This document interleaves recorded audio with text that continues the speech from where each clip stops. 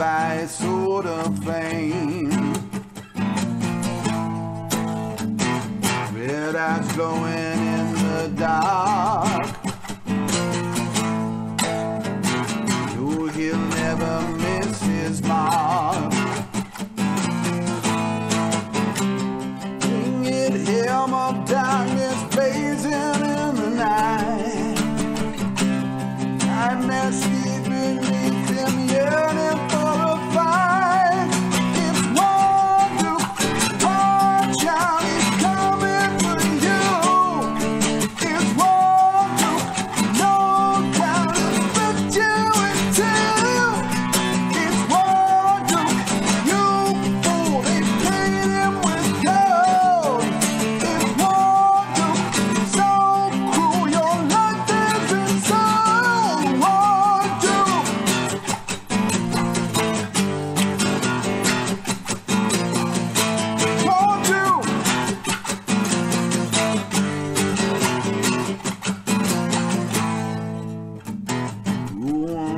Seen his face. They just find the mess he makes. Once the friend of old strong heart, his evil ways tore them apart. The Heartstone made him evil, now he shuns the light. Once he was a hero, now he lives to fight. It's war, Duke, watch out, he's coming for you. It's war, Duke, no doubt he'll split you in two. It's war, Duke, you fool, they paid him with gold. It's war, Duke, so cruel, your love is the soul. War, Duke, in his black and heart, no redemption will he find. He will quest for power till the end of time. It's war, Duke, watch out, he's coming for you. It's war, Duke, no doubt he'll split you in two. It's war, Duke, you fool, you beat him with gold. It's war, Duke, so cool, your life is the soul. War, Duke. War, Duke.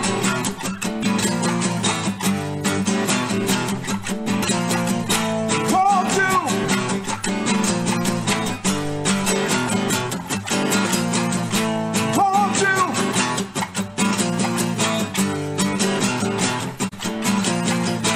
War, Duke. War, Duke.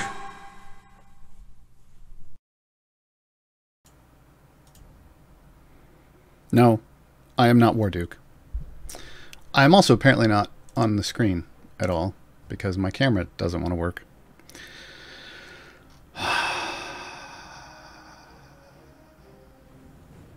Wow. Come on. Load in. Lights? No lights. Now the lights. Okay. All right. It's one of those days, folks. Welcome to Friday. Welcome to Friday. Thank God it's Friday. Back again to answer all your questions about Idle Champions. Technically, the show is called Gaarawarr's Guide to Everything in Idle Champions, but, you know. I think Thank God It's Friday has a certain ring to it. Yeah. So today we're going to talk about it's a free time gate weekend. It's a free time gate weekend. There's a new champion on the horizon. There's a new stream, TTRPG live play stream on the horizon. We got some new adventures and variants in Icewind Dale. Yeah. So we've got Martin and Sasha in the mod pod pulling the questions from chat so I can help you out. As a heads up, tomorrow, in Gaarawarr's Guide, the tutorial show, Saturdays, 9 a.m. on this channel. 9 a.m. Pacifically. CNE time. We're going to be doing Gaarawarr's Guide to Idle Champions Presents. So this will probably be one of the... Normally it's like an hour of me talking about the topic, and then it's an hour of Q&A. I have a feeling I'm going to be able to cover Idle Champions Presents and how to do the voting and all that kind of stuff and what happens on the stream in less than an hour. So feel free to join us tomorrow for an extended Q&A after after that. I feel like that probably can handle that in a little less than an hour. But people have had lots of questions, so we're gonna dig into that. The first question in the document, it wasn't even from chat. It was just from Martin. Martin's like, Birdsong, Sasaspia, or Rosie? Not Rosie. Not Rosie. You know, I used Sasaspia yesterday on stream on my channel as a healer for extreme heat. I like Sasaspia. Birdsong's good too, and Birdsong has that double duty of DPS and support, so a little more flexible in the usage. But yeah, I think you could go well either way. We're probably going to get a lot of questions about what to choose for your time gate. So just so you know, just put which 3 options you have, and if you are a newer player who still hasn't done Split the Party 1 or 2, note which ones. Note if you already have someone or what slots you have in. You know, because that's part of the decision making process, right? It's part of the decision-making process. Argiston, Black Viper, or Wolfgar. Normally I use the Companions of the Hall. Well, if you use the Companions of the Hall, then you want Wolfgar. Right? I mean, that's the tank for their group. In this game, at least. Juxie, Rosie, or Morgane. I would go Morgane. Morgane, a little bit better in their current form. Tormentum, Deacon, Warden, or Lazap. Slart 1 already has enough champs for Split the Party. But the other two don't. Wow, this makes it a challenge because Deacon's a great speed champion to have, and you want Deacon. You do. You do. But if you're going for Split the Party, then Warden. Is the code for... Wasn't there a code for Warden? Or was that something else? Maybe I'm thinking about something else. It's probably expired by now anyway. Tormentum. Oh no, that's the one I just did. Gaarawarr, Birdsong, or Cathris. I would go Cathris. Yeah. Captain Idjit. What's wrong with Rosie? Maybe it's because I don't have a lot of champions yet, but she's one of my best DPS. You're probably not using Ashara correctly. Is why Rosie's one of your best DPS. Rosie's her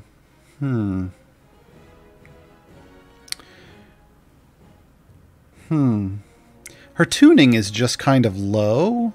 In part, it feels like. The other part is like her kit. Yeah, it's tough. Hold on. Let me pull up Rosie and let's just... Here's Rosie. I want to preface, I am a huge fan of Grandmother Knight, which is Rosie's other name. Rosie Beestinger. Played by Kate Welch. Kate is wonderful. So I'm a big fan. But, yeah. So part of the... Here's one of the things. Sassy increases base damage of Rosie by 100% for each champion younger than her in the formation. Well... You know, the best champions aren't necessarily going to be younger than her. It's nice if that happens, but for 100% you don't build around it, right? So we've already got an ability that's kind of like, doesn't matter.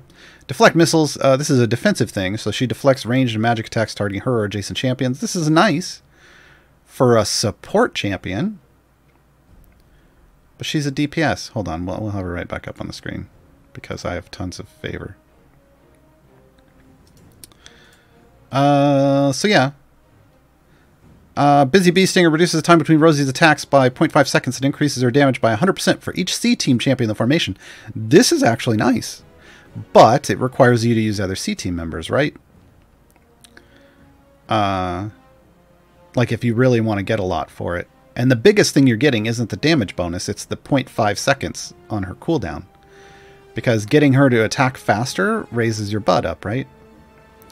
Shadow Arts, every 5th attack, Rosie does a whirlwind, hitting all nearby enemies for 50% of base damage. So she has a built-in AoE too, right? So it's like, it feels like right off the bat, well, right, you got upgrades, spec. This makes Sassy better, but only for female champions that are younger than her. So you're getting even more restrictive with this kind of ability. And from the Shadow is just like, hey, it boosts Shadow Arts by 300%. Okay. We'll take that, right? Shadow Arts is the whirlwind. So now she's doing an AoE on her 5th attack for 200% of her base damage. So then that becomes her damage spike. Like, the single target stuff that she does is, oh great, you know, let her attack real quick, but every 5th attack is when she actually does her burst, and it's an AoE. And that's it, really, right? So her problem is, Timeless Spotter reduces the number of attacks required to trigger Shadow Arts by 1, right? Like, she gets some other, you know, other things. But the issue is that she has all these abilities, but the only one that actually helps her damage isn't really super helpful, and that's Sassy. It's really just kind of a minor bonus. It's nothing that's really going to be super amazing. Like here, I've got 7 of them right now, but again, you don't really build around it. This isn't really a built-in pushing formation. It's an EO7 buff. It's like, okay. Here's the Busy Bee Stinger. But yeah, it's like she's got like a support ability. One that doesn't really work. One that's keyed only to the other C team people. And then when you do put her in a C team formation, what's doing the most damage is whoever has the demon on them from Cthulhu. I mean, she's technically setting that stage, but yeah, I don't know. It's just, she's just a little in a very underwhelming place, and it's unfortunate. I've used her for things, but honestly, the most use I've seen out of her was that support ability for Deflect Missile to help, you know, get rid of pesky Xanathar rays or stuff like that, right? Mm. Vampish Gibbon, Ishii or Ariza. I prefer Ariza, but some people, I guess, are picking up Ishii lately to use for Ashara's short folk bond, which confuses me because that's not great. Hold on, do we have breaking news? Breaking news. Yeah, we do. Yeah, we do. Hold on, now I gotta find everything again. The Champion Spotlight is out, folks. It just dropped. It's just dropped, so we're going to pause questions for a moment. Champion Spotlight is when we find out the basic kind of information and explanation of the upcoming champion that's arriving in the next event. This coming event being Liar's Night, starting Wednesday, noon Pacifically. Arriving in Liar's Night, Habam! Brig Hellclaw. Brig Hellclaw. Brig is Jason Charles Miller's character from Sirens. Sirens of the Realms, aka Sirens of the Realms. Pretty neat. Here we go. First look. First look live right now. So I want to preface this. You can't tell if a champion is good or bad by their champion spotlight. You can't. You can see what their kit is going to do, like kind of like what is their functionality and stuff, but you can't tell if they're good or bad until they come out in the game and you can actually see their upgrades and stats and everything. So Brig's going to come in as a bard and a support champion, and slot 3 with Nayeli and others. What do we got? What do we got? Eligible for Merton Zariel as patron. Ooh, look at this key art. Guessing this is another Ivy de Plume. Look at that evil Liar's Night. Gotta love it. Gotta love it. All right. For those of you who don't know, and how do you not know this already? Jason Charles Miller, the Bard, for Bardic Inspiration. So all those awesome songs that we have in game and the new ones, the one I just played at the beginning of the stream, comes straight from Bardic Inspiration. Finally getting his own champion. Brig's abilities: War Loot. War Loot. Now he's just got a ode to War Loot. Instead of Warduke. Oh no. Oh no. Brig leaps out and smashes a random enemy with his metallic guitar. Really? Root beer time. I mean, yeah. I hope it's a magical guitar so it doesn't take any damage. Formation abilities. Hype! Brig increases the damage of everyone in the formation by 100%. This value is increased based on his hype stacks. Of course he's a hype bard. For each hype stack, the buff is increased by 10%, stacking additively, and then applying multiplicatively. This is, yeah, it's pretty standard. Hype! Rallying Chord. Brig's hype is increased by 5, while at least one enemy has been defeated in the past 10 seconds. I already know some people aren't going to like that. If no enemy is defeated in the last 20 seconds, Brig gains 1 hype each time a unique champion attacks, up to a maximum of 10 hype. Okay. I mean, at least he's got something to help carry him. That's good, that's good. So it looks like all of this is feeding into hype. So already this is reading a lot like Evelyn's kit, where everything feeds into her one ability. I like the way that one works. Inspired Bar. Brig's hype is increased by 1 for each adjacent champion. It increases by an additional stack for each adjacent champion whose listed attack damage is higher than his.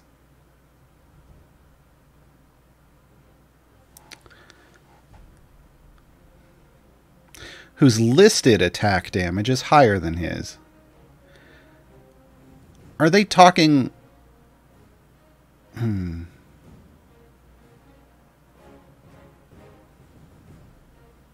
This one has me curious. I guess we're just going to have to wait and see exactly how that... Are we talking like on the base DPS list? Are we talking in the running average list? Are we talking what, like... Where are we talking listed attack damage?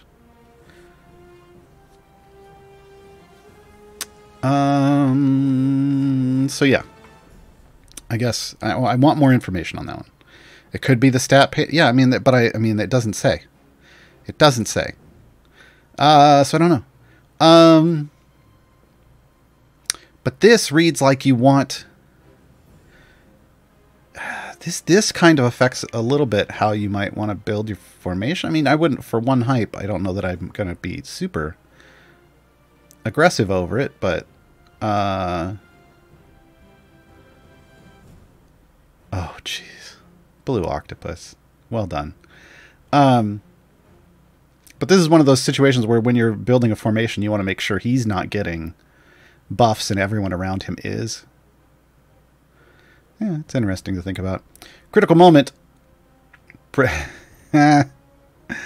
Oh. Brig's hype is increased by 1 for every 5 enemies on the screen, rounded up. Okay. Okay. So you can get up to 20 stacks. That's okay. It's increased by an additional 10 whenever a boss enemy is on the screen. Okay. Okay. Volume up. Increase the damage bonus of hype based on the highest number of hype stack that Brig has ever had at once. The increase is 5% per high step, stacking multiplicatively before playing. Okay, so right away, for volume up, I feel like you want to go somewhere where you can tank 100 enemies. And just at least pick up that critical moment. I mean, you get 20 stacks off that. And then try to figure out how to get more. Just so you can have that. So you can have volume up at least maxed out. Because it's ever had it once, so it's going to track it. Okay. Okay. Specializations. Backup singer. Please. Maybe on sirens. Brig gains 2 hype stacks for each champion in front of him in the formation. Cream of the crop. Brig gains 2 hype stacks for each champion in the formation whose listed attack damage is lower than himself.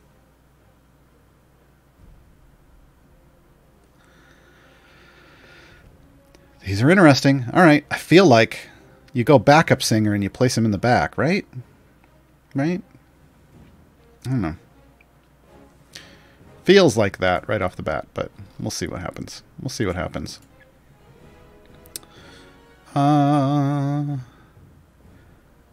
Low Jack 5. Volume up could be gotten big on those bosses that spawn infinite enemies. Well, they don't spawn infinite enemies. It still stops at 100. There's a max of 100 enemies on the screen at once.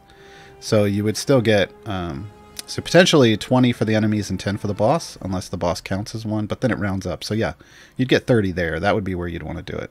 That would be where you'd want to do it. Ultimate ability, Solo. Brig performs a killer solo with flashing lights and musical notes flying everywhere. I can't wait to see this. Damaging, pushing enemies back with massive sound power. For the next 30 seconds, Brig's hype stacks are increased by 11. Turn it up to 11. Of course they did. Of course they did. I mean, they had to. They had to do a turn it up to 11 joke somewhere, right? We see double damage all champions. We see a hype bonus. We see a volume up bonus. Interesting. And then ultimate and ultimate cooldown. Okay, so they're really going all in on hype and volume up. Hype being what everything feeds into, including volume up. But this is that maximum one, which is interesting because I feel like you can just do a setup and have this pretty... You can figure out, you can theory craft how to get this super max right from the beginning, and then you never have to worry about it ever again. Ever, ever, ever again. Hype is not a positional formation ability, so Brig is not a support for Artemis or Archon. Because Hype is everyone in the formation. So, alright, that's Brig Hellclaw. This is the best. This is the best picture. We're just going to leave it right here for a second. Yeah. Brig Hellclaw. Coming soon to a formation near you. Coming soon. Bam. And we're back. And we're back. Okay, Lucy, let me put this in chat.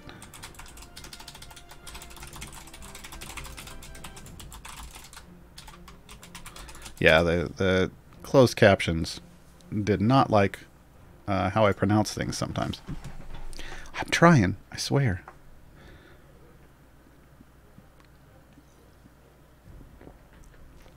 All right, back to the questions. Shane, 169. Artemis, Darius, or Black Viper? I used to put Artemis lower on the favorability list, but now he's up there. Now I feel like you need Artemis to be able to do a lot of things, like, not necessarily, I mean, you can use them as a DPS, but I use Artemis for Orkira stacking. That makes them higher on my priority list now. If you have Orkira, grab Artemis. He's going to help out your Orkira stacking. Otherwise, I'm not super impressed with any of those, so you could grab whatever you want. Whatever helps you out for split the party 1 or 2. Barrowin or Cathris? I personally prefer Cathris. Target number 4. Oh, that was for Jason. The target number 4, I got Talon or Rosie. Talon. Dogtron, new player, and it was a choice between Artemis, Binwin, and someone I already had. Not feeling great about this one. Artemis. Grab Artemis. I like Binwin, but Artemis is, at least has some functionality in helping you later on.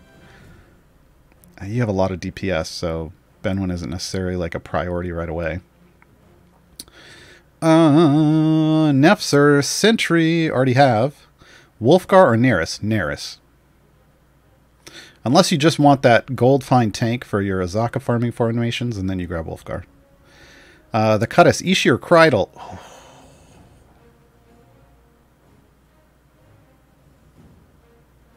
You're paining me. Krydal. That one hurt. Orion the Wise. Hagar finally just split the party 2. Nice! I have Paulton or Birdsong as new champion options. Paulton. Cyrus Black.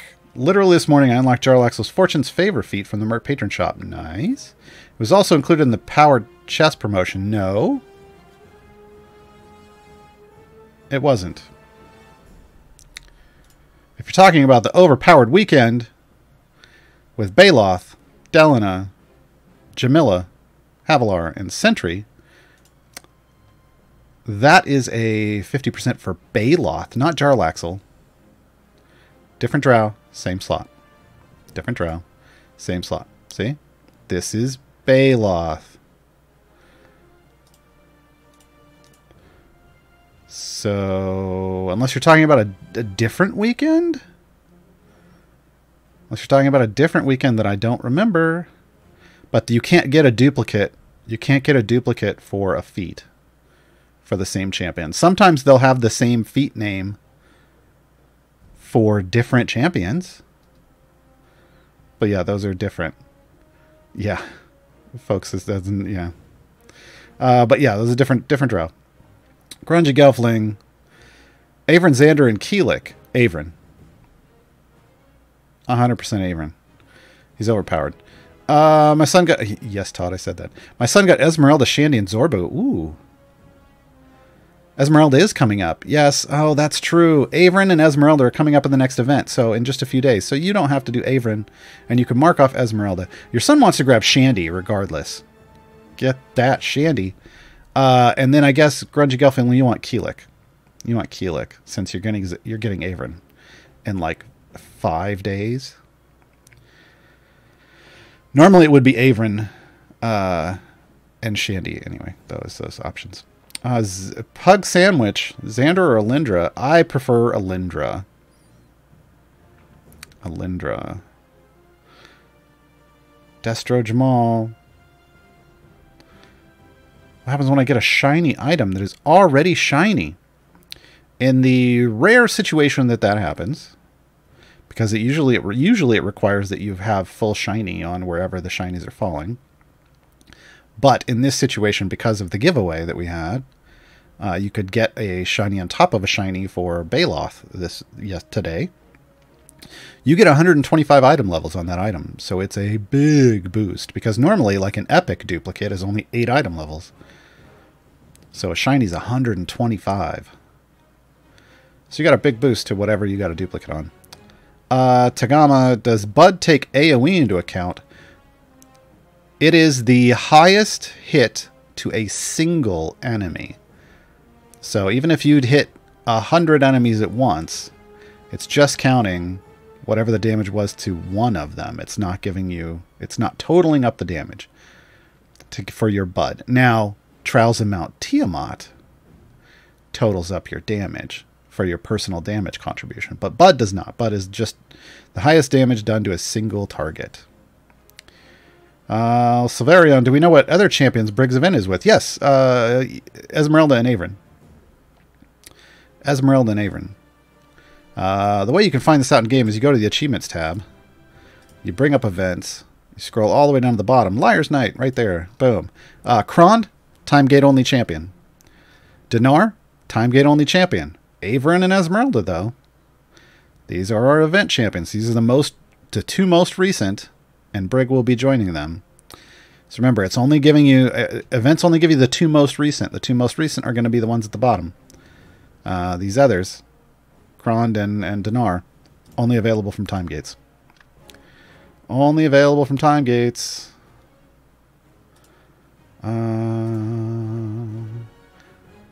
What does listed attack damage mean? Pfft, you got me. Chester Stone. Sir Gaarawarr Esquire, what is your favorite champion at the moment? In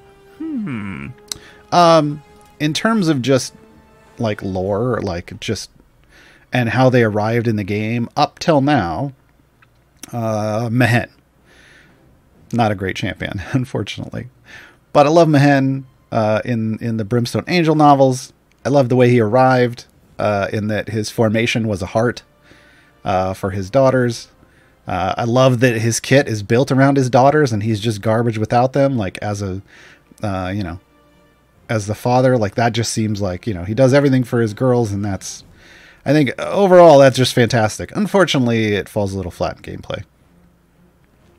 Still my favorite character. Before that, it was Black Viper, in terms of just the style and the story, and Vivid Vidka's portrayal in the old Dice Camera action shows. Like, especially if you've never seen, there is an episode of Dice Camera Action that I think is worth seeing, even if you've never watched any of the others, and even if you never watch them again. It was almost done like a stage play, but it was D&D in a stage play. So it was like a LARP. It was like a live D&D LARP on stage. All of them in costume. No dungeon master. No dungeon master at all. And it had Felicia Day showed up at one point playing a character and has one of the funniest on-screen moments, like just oops, and then goes with it moments, like, which you have to do, when you're acting. One of the funniest moments I've ever seen. But Black Viper, Vivid Vidco's there, portraying Black Viper, and it was just fantastic. Hunt that down. It was at a convention. I don't remember what it was called, but oh, so good, so good. Tagama, do you think volume up carries between resets? Yes, it says ever, like of all time, like their highest ever. So yeah. Or Green Paradox with the pun questions, so they are spinal tapping into the meta there. Yeah. Yep. Gab454. Hi, Gar, could you explain the bug fix that involves Briv in the changelog, please? I can, actually, because I was one of many people that reported this. If you haven't opened up the changelog today, check it out. At least on Steam. At least on Steam, we're up to 407. Today's one is major memory leak patched, so hurrah. You know, that doesn't mean that all the memory leaks are gone, but hey, if they got one out of the way, that'd be good. That's nice. If we come down here to 406, fixed an issue that caused Briv to set the highest available area to a lower one. So what was happening was people were putting Briv in right away, like at stage 1. And then Briv's skips would kick in, and Briv would skip his way to wherever. And then at some point, for whatever reason, like you'd hop back to level 1, like maybe to Orkira stack or something. And the game would think that you hadn't done anything. Like if you skipped level 2, basically, completed level 1 and then skipped, the game just looked at it as like, oh, you've never completed level 2, so you're obviously still in level 1, and it reset all your progress, and then you had to grind your way back up, but out of skips, right? Because you'd burned them all to get to the end game already. Yeah. That's what got fixed. It didn't happen all the time. Didn't happen all the time. But it happened. But it happened. You know what I was going to do? Hold on, let's get out of this. I don't want to just sit here. I meant to do this at the top of the stream. I'm gonna choose my time gate. Bam, free time gate. So this is what a free time gate weekend looks like, folks. If you haven't clicked on your screen yet, it's always going to show that it's free up here. So you're not spending your pizza. You're not spending your pizza on it. I had pizza for lunch. It was good. I own all 3 of these though, and they're all in epic gear. So for me, my decision-making process is who has the lowest item level, average item levels. Birdsong's sitting at a 191, Keelix at a 128, Lucius 118. So I'm going to go Lucius. These numbers here on the side, this 50, 75, these are the goal levels that you have to get get the first 2 chests. There's also going to be a variant chosen at random. But like if we go down here somewhere, do I have somebody at a higher? Who did I grind out recently? Oh, here. Corazon's sitting at 200, 225, because recently I just went and tried to farm his gear, and I did get him to full epic.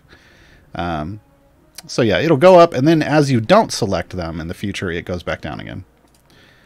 So let's get this Lucian party started. You will see 3 options, but this is regular adventure, variant. I got the harder variant. I got the complete area 175. Woohoo. So if I didn't already own Lucius, I would get Lucius as a reward plus a gold chest. These are 2 other gold chests. And then silvers here are not based on grinding. Like you don't get extra chests grinding free plays. That's an event thing. Silvers here are based on unique 100 levels you go. So as we go along, leveling up through here, I will get silver chests just automatically dumped into my inventory. Every 100 areas, so we will look at that as we go. Let me throw down... Here's what I do. You don't have to do this. I throw down some speed potions, I throw down a fire breath, and I throw down a clairvoyance. And then I stop leveling up that. And then whatever I get to in that hour or less is what I consider good enough. Good enough. And then I reset, and then I do that again on the second one, and then I call it a day or I might just squeak a little more to grab 1 more silver chest, and then I call it a day. I do the variant, and then I'm done. And then I close my time gate. It's all done in like 3 hours or less. Disturb Damien. If you have 100 enemies on the screen, click a distraction. Enemies pop out of distraction. You have more than 100 on the screen. So enemies don't always come out of a distraction. And I am not sure in that real weird edge case scenario if they would come out.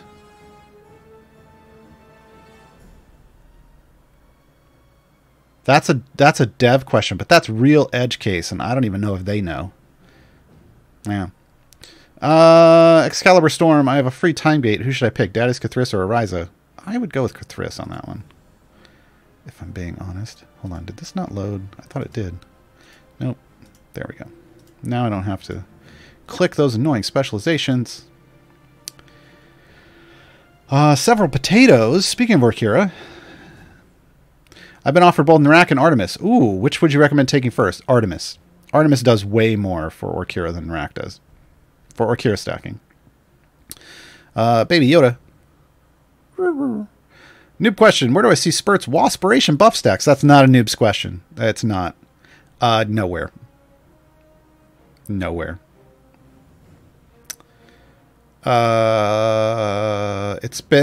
Spurt's been less than informative for a few years now.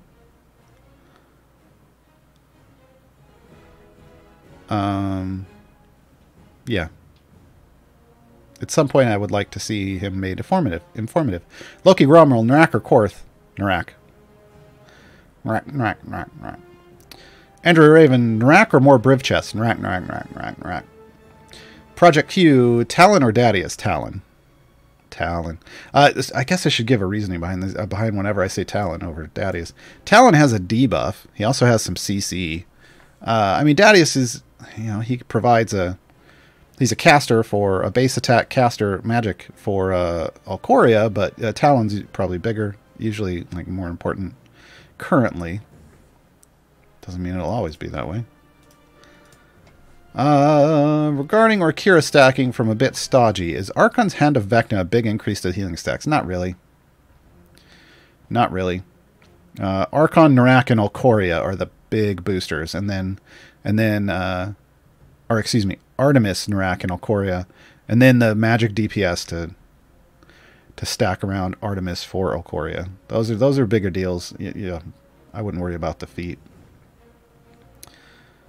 Calabale, who's the champion on the middle of the formation? I don't know now. Hold on. I don't remember. Somebody tell me who was on the middle. Who was in the middle of my other formation? It might have been Ariza. Like I'm thinking speed formations. It might have been Ariza.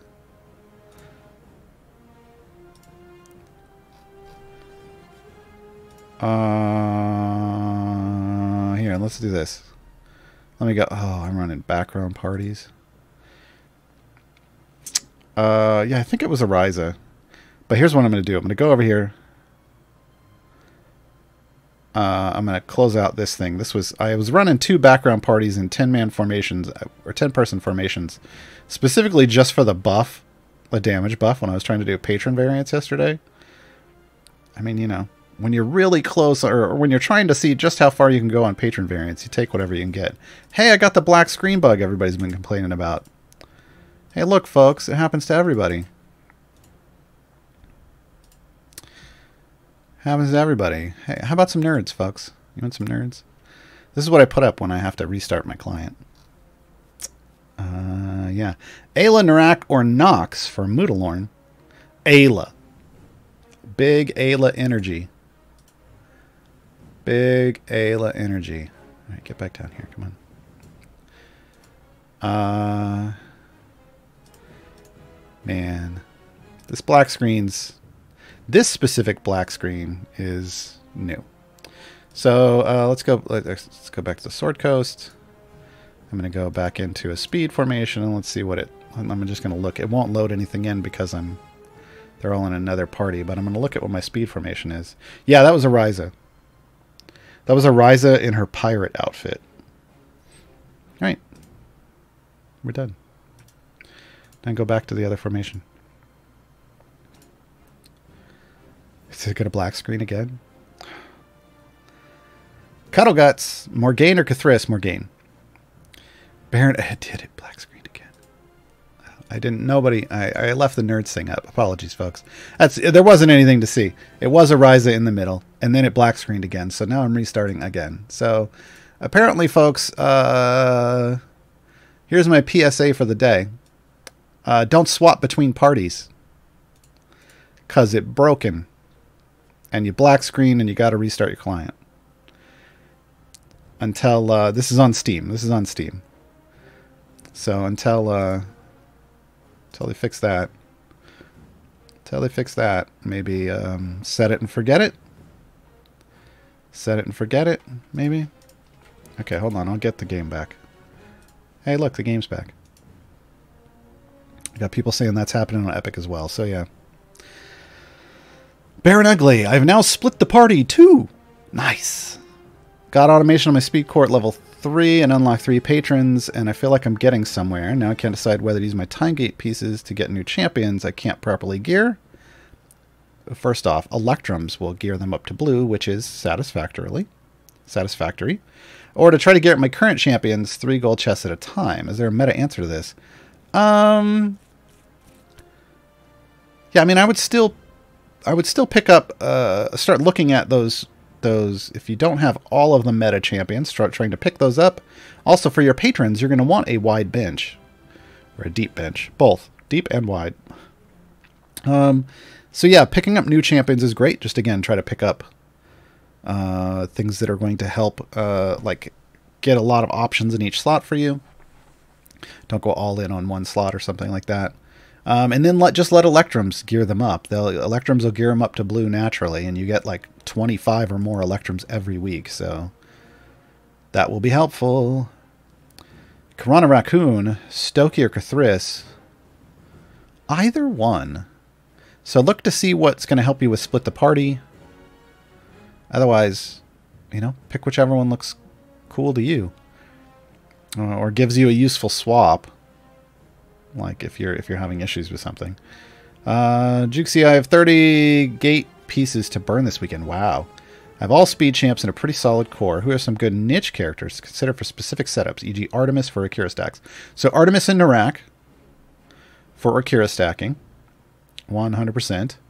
Narak will also help you with... Did I not? I thought I... Yeah, no, it's...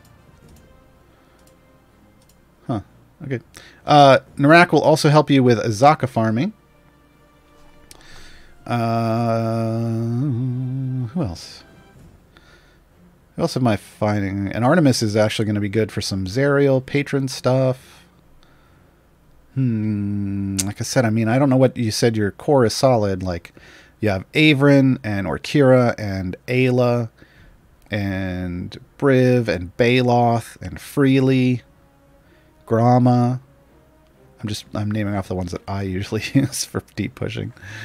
I mean, yeah, if you got all those, then it just starts looking at like which patron issues, like places are you having issues with, and try to fill in the holes for your patrons for options there. Yeah, it starts to get harder as far as who to choose the further you get. So Revolver Rudolph. Rudolph's just tired of all the Christmas anger. Started a few days ago. Welcome. Don't know who to pick in the time gate. Orkira, Evelyn, or Spurt. Orkira. Orkira is the queen of debuffs. She's going to do you right. She's also got really solid heals. So as a slot 1 swap for Brunor, it's real solid. That's a real solid pick that you're going to use for a very long time. Co-Brain Matter, Stokey or Black Viper? Either one? Stokey's more a support. Black Viper's a DPS, so if you want a little more flexibility, go with Stokey. Binwin or Lucius? Bin it to win it. Yeah, in that option, I would bin it to win it. Maciel, I chose Black Viper over Krond. Sure. I always hear people talking about her, but never anyone talking about Krond. Is he good? There are people who really like Krond. They are big Krond fans. He's got some good scaling, but he wants like a very specific formation. He's all about the strength. I'm stronged. I don't know. Yeah. So there are people that are really into him and have gone all in on him, but yeah. High explosives. That's good. Timegate, Paulton, Evelyn, which they own, or Sergeant Knox, Paulton. Loki Gromrill, Dadius, or Mahen. Man, I really want to say Mahen, but Dadius is more useful. Gregarious, I got the shiny Baloth loot, but I don't have Baloth. Will I see the card when I get Baloth, and can I see the loot before getting Baloth? You will get the card when you get Baloth. No, you cannot see it before then. It goes into Baloth's closet, and when he arrives, he will take it out and show it to you. Tobar, different for each person? Yeah, all time gates are different for each person. Snobbager, I assume that's what you're talking about. That's all the context I got out of the question. Snobbager is the extreme heat bug fix, the variant that you wouldn't do for patrons because it wasn't damaging the party correctly. Yes, and we did it yesterday. So I did Strahd's extreme heat, smoked it. Absolutely smoked it with Cisaspia and a couple other, and Regis and somebody else on heals. Keelik. More than enough heals. The key there for that one is just you don't upgrade. You don't even have to put tanks in, but if you put tanks in, you don't upgrade them unless you need to. So you keep the total overall health in the party low, so your healers can constantly top you off. Yeah, we flew right through it though. 17's a pun. If you didn't have any of the free champions, what would you select? Well, no, that's not how time gates work. So time gates are going to give you 3 free options. And you need to tell me which 3 options you have. And then I can tell it because everybody has unique 3 options. It's, yeah. How do you view item levels, Kale Leona? Well, if you want to see all of them, like, or at least if you want to see all the ones for champions that you have 6 pieces of gear on, you come into your inventory, you hit the blacksmithing contract, and it brings up this screen. Brings up this screen. This will show you every champion you own that has a piece of gear in every slot. So if you have new champions that don't have any gear, they're not going to show up here. Or if you have some and they've got 1 empty slot, they're not going to show up here. But once you have all 6, they show up here, and they'll show you the average item levels for each one. For me, I have an average item level floor of 100, except for the newest champion, who I have not gotten the last epic on. Yeah, here we go. Keelik. Or not Keelik. Dahani. Oof. I'm real. That was bad. Yeah. So I need the epic sash, which I will get out of a time gate, most likely, or a patron chest, one or the other. I've got plenty of time gate pieces, so I can time gate Dahani, grab this, and then I will dump some blacksmithing contracts to get her up to 100. And as long as you just exit out of that screen, you're fine. See folks, I'm at 400. I've got 4 silver Lucius chests. Didn't come off bosses. It just automatically throws them in your inventory. When I beat 500 here, if we beat 500 here, there it goes. It will grant me a new one. And I probably have to refresh. There. Now it's at 5. That's how it works. That's how going. Now, when I do my next run, if going past 500, it's not going to give me 5 more. It's not going to give me 5 more, but yeah, there's the weekend chests are out, folks. If you signed up for the newsletter, which you do up here, newsletter, enter your email, you get Hitch for free, and then you get a chest for free every weekend. Do that. They are being delivered. I got mine before the stream started, but I also signed up for the newsletter 4 years ago. So they do them in order. So yours may be arriving a little later. What does the small white border inside some items mean? Tendy Man. Depending on the color, I mean, they can sometimes both look white, but one is a shiny. One indicates indicates that it is a shiny item. And this one, that's the slightly yellow. It still could look white through Twitch. Is a golden. This is what we call gilding, When you gild an item, it's shiny or golden. This is a 50% bonus to the power of the item. This is a 100% bonus to the power of the item. Shinies can come randomly out of any chest that drops gear. There's a 1 in 1,000 chance with no pity timer. These tend to only come from the cash shop. There's a couple out there that come from the patron store, and there have been some meta events that gave them out, but that's pretty much it. You know what? I'm done with this push. What I'm going to do, though, is save specializations, and then I'm going to go peace out.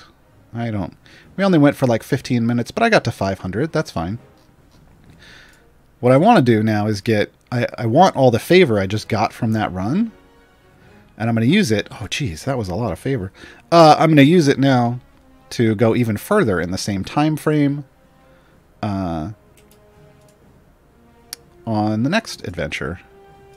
And I'm going to go ahead and throw down the same stuff that I did before. And boom, now I've got all my champions out pre-level 10. I've got my full formation, and that's going to be able to grind and get me even further. All right. Is Wolfgar a proper tank? Is he good? Ooh, there's some shade in this question.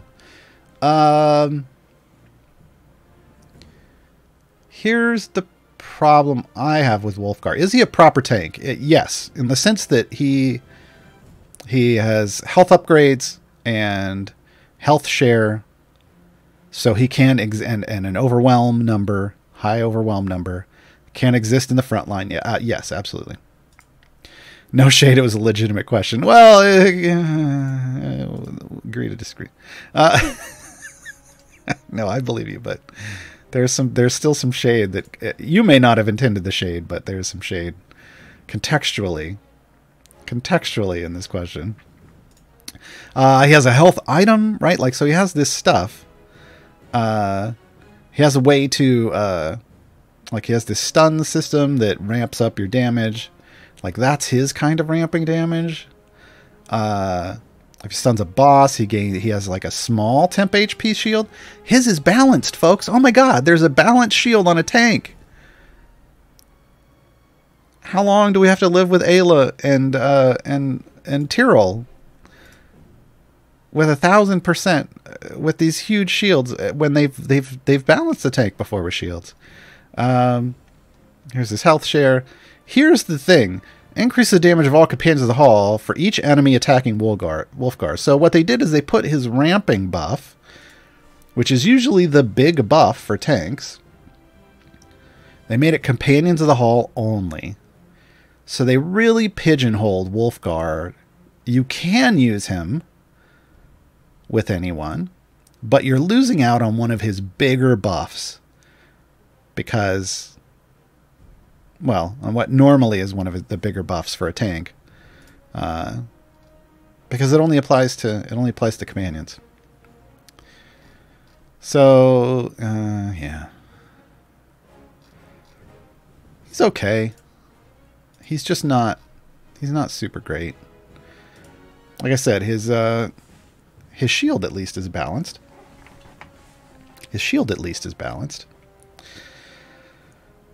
Go player 7. I think we're back to the 100 enemies cap. Can you use mints to have additional enemies come out? Not above 100. Like, what it does is it counts the numbers that are spawning, and it's just going to stop you at 100. That's what the game does. Like I said, there may be a rare edge case with the distraction, but distractions don't always drop that. I think they have a chance to drop things, so it might just block that. But you're not going to get... even if you got to, like... even if you clicked a distraction and it dropped 2, like one of those bushes, and 2 enemies popped out, you're getting to 102. It might get you 1 more stack of that Brig thing. Brig! Now we're going to have Brig and Briv. And I'm never going to be able to pronounce the right name. If you're still a baby, is it worth keeping the gate open to take advantage of the favor conversion? I don't know what that means. Or am I best closing the gates and just going back to progression? I mean, I assume if you're still a new player, I mean, you're going to get your favor conversion regardless. If you're newer, you're not going to be able to push that far and get that much favor anyway. The real goal of the time gate is just to grab as many chests as you can easily grab. Like, you want to try to grab all 3 of the gold chests. It's worth working for those. Not necessarily working for lots of silvers. And the favor is just a bonus. Favor is just a bonus. Tagama for new champions is an optimal chest order. Electrums to green, champion silvers to champion gold. Well, I mean, just the general order is electrums, silvers, golds. Personally, I save up all my electrums and I open them in bulk when I get the new champions. And then I open the specific named chests. Silver's first, then gold second. I mean, if you want to get real picky about it so that you can save some chests for the electrums for the future, then yeah. Get the newest champion to full green, you know, to at least minimum green gear, then switch to champion silvers. That's if you're trying to save some electrums. Infinite Monkeys. Barwin, Cathris, or Esmeralda. Esmeralda's coming up in the next event, so it's really just down to Barwin and Cathris. They really shouldn't have dropped Esmeralda considering the event, or Averin, considering their events coming up. But I feel like the time gate system, the protection from getting champions near and during the events has broken completely. Because people were able to time gate a champion during their event, in the last event. So be aware. Barwin or Cathris, I find more use out of Cathris. Sir Bob's a lot. So just followed your guide on Split the Party and completed it. Woohoo!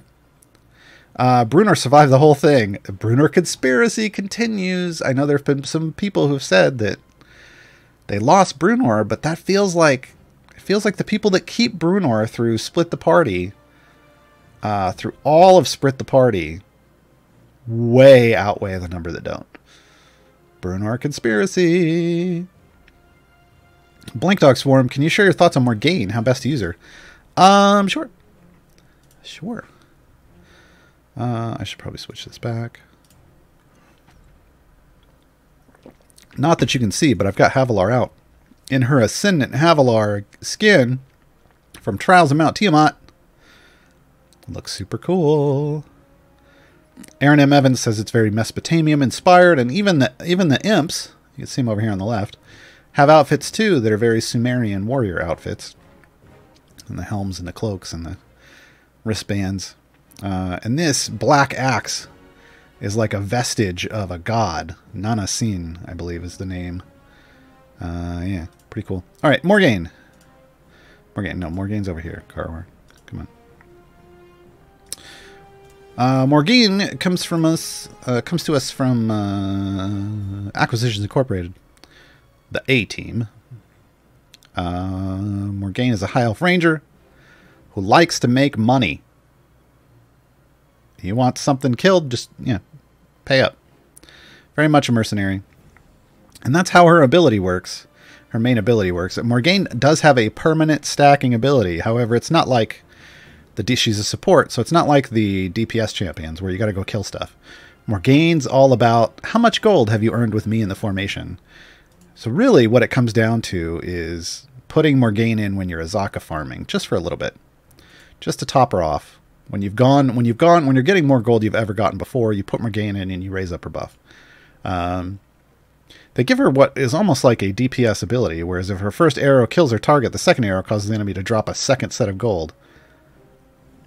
Okay, but she's not a DPS champ. So that rarely comes into play. Paid up front, Morgane collects 25% of all gold dropped by enemies, but in turn increases the damage of adjacent champions by 1%. Increased by 5% for each order of magnitude of gold that Morgane has collected, stacking additively. Their collected gold count persists through resets. This is her permanent stacking ability. You can tell, total gold for me, E176 is the order of magnitude I have reached. I need to go on a deep run. I could up this. I need to go on a deep run and raise this again.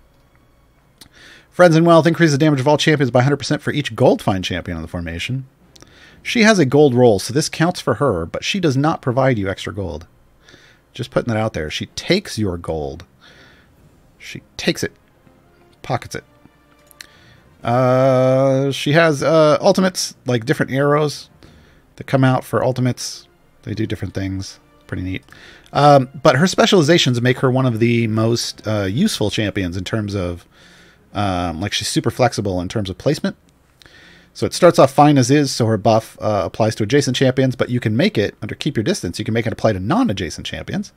Whereas if you put her off in the corner of a formation and then it applies to everybody else. Monster Fodder makes it apply to only to champions in front of Morgane, and then Stay Out of My Way only applies to champions behind Morgane. So you can really focus it in on where you want it, right? Where is she in this formation? Hold on. All the way at the top. Okay. So I will go Keep Your Distance. Next up, Keep It Simple. This just is a straight up quadruple bonus, 300%. 4x bonus.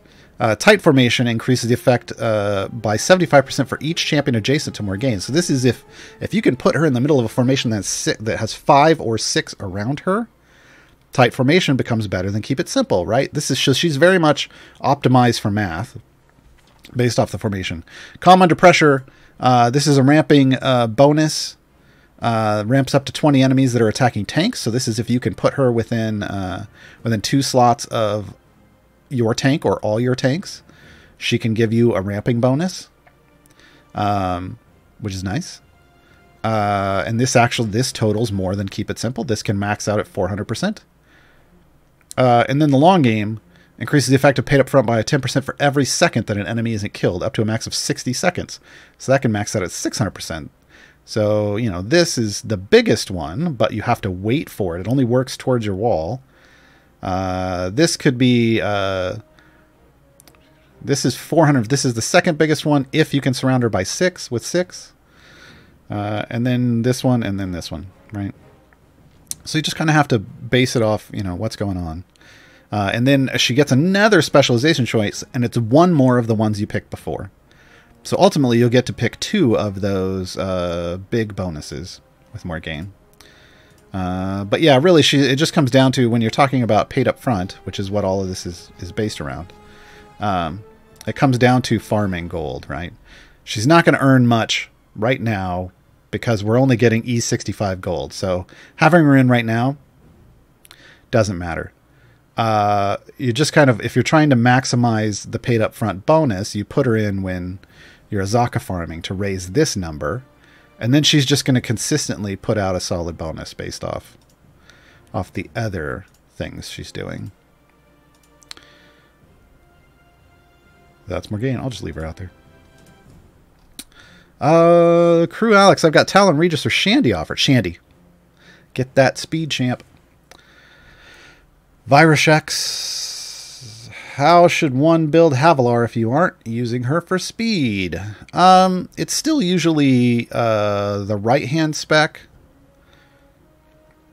So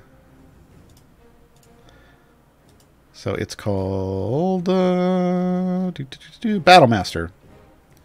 Battlemaster. And then you have to pay attention to what imps she has out. And you'll swap them around because her imps give different effects under Leadership Summit and Fiendish Resolve. So depending on what you're doing, you can optimize by hot swapping the imps. You can optimize by hot swapping the imps. And she also just got a recent new effect. Sister increases the effect of Gaarawarr's Leadership Summit by 200% when Farida's in the formation. So that's a new thing. That's a new thing, trying to give her a little more of a bond. But, yeah, if you're going to rotate the imp, you need to rotate the imps based off the target. I mean, you could just generically leave it, but if you want every little bit of damage you can get again in the different situations, so you're really trying to push as far as you can, you'll have to rotate through the imps. Also, the only reason you would want to go in Speedy Sacrifice is if you're doing Gaarawarr shenanigans with her slow. So her ultimate, when the imps explode on an enemy, they slow in an AoE. That slow stacks with itself. So the more times you explode the imp on an enemy, the slower that enemy moves. And eventually it stops moving completely. And then you can push it back from the formation with like an Ashara ultimate. And then it never touches you again. So it's a way, that's usually used more for Azaka farming. You can freeze one enemy, move it away from your formation, and then do whatever you want with your formation, and you never have to worry about getting damaged.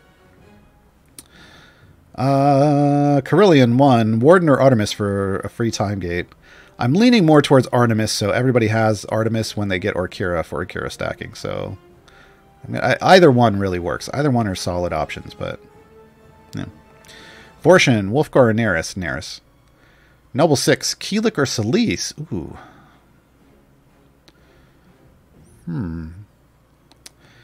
Keelik's a nice healer in 5, but Briv's also a healer in 5. And Calliope exists as a shielder in 5. So I tend to not use Keelik a whole lot unless I can't use either of the others. I have used Solis a lot lately in some high-level variants that just didn't give me any tank options. And I've rocked Solis. So either one. Either one. Really look at what you need for split the party. If you're still doing, if you haven't done one or you haven't done two, if you've done both of them, then yeah, figure out what you feel like you're needing more in your patron variants. Moodalorn, Ayla and Rack or Nox? Ayla. Ayla, in my opinion, #1 tank in the game. Has that aforementioned uncapped, well, it's capped, but it should be capped lower. Uncapped shielding mechanic. It capped it at 100 enemies, which is 1,000% of her health. But Wolfgar and Calliope both cap their shields at 200% of your health, which, I mean, the devs made that change to 200% because they thought shields were broken, and then they just didn't bother changing Ayla. And I didn't bother giving that cap to Ayla, and didn't change Tyrell either, so. Here we are with the Ayla Tyrell Super Tank combo. How do you get more time gate pieces? Mario Punch 88. There is now a blessing in the game that will double the dropped time gate pieces. Where'd they put it? Did they put it up here? Is it what? No. Is it in here? No, no. It was over here? Yes. Tomb of Annihilation, Tier 5. Turn back. If I could turn back, turn. I'm old. Time gate pieces dropped by bosses +1 over all campaigns. So what that means is when you get that weekly time gate piece, or roughly every 5 or 6 days or whatever, when it drops, it's actually going to drop 2 for you. That's one way to get more.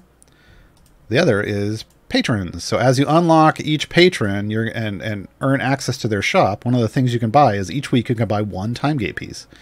So right now, as the game sits, if you have all 4 patrons open and you qualify to buy each of their time gate pieces, you can get 6 a week and run 1 time gate a week with time gate pieces. I did that one. Gomeng. I only have the last event heroes unlocked. Any of the time gate heroes that can better my core 12+3 champ? Yeah, lots of them. I need to know what options you were given, Gomeng. And you should put the options in chat, and the mod will get it, and I'll get to him in a bit. Bear MJ or Kira Aelor Barrowin for the free time gate.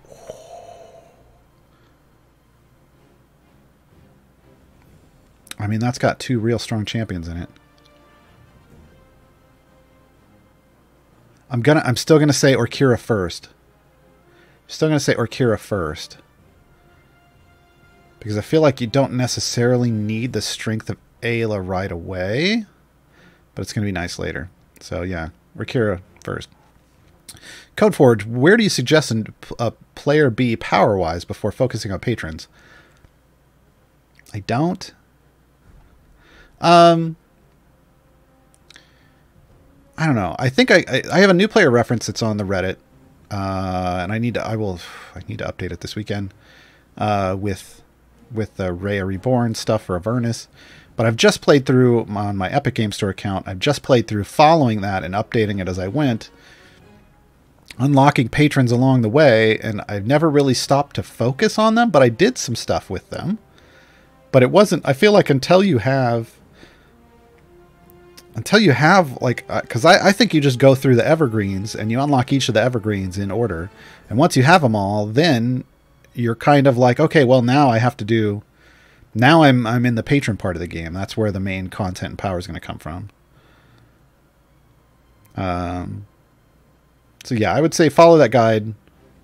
It's kind of, I built it around a milestone system, and you'll be doing some patrons along the way, but they don't become your focus until you've done all the stuff in all the campaigns. Base Maverick, Ishi, Neris, or Jaheira? I already have Baloth and Sentry in slot 3 and Zorbu in 12.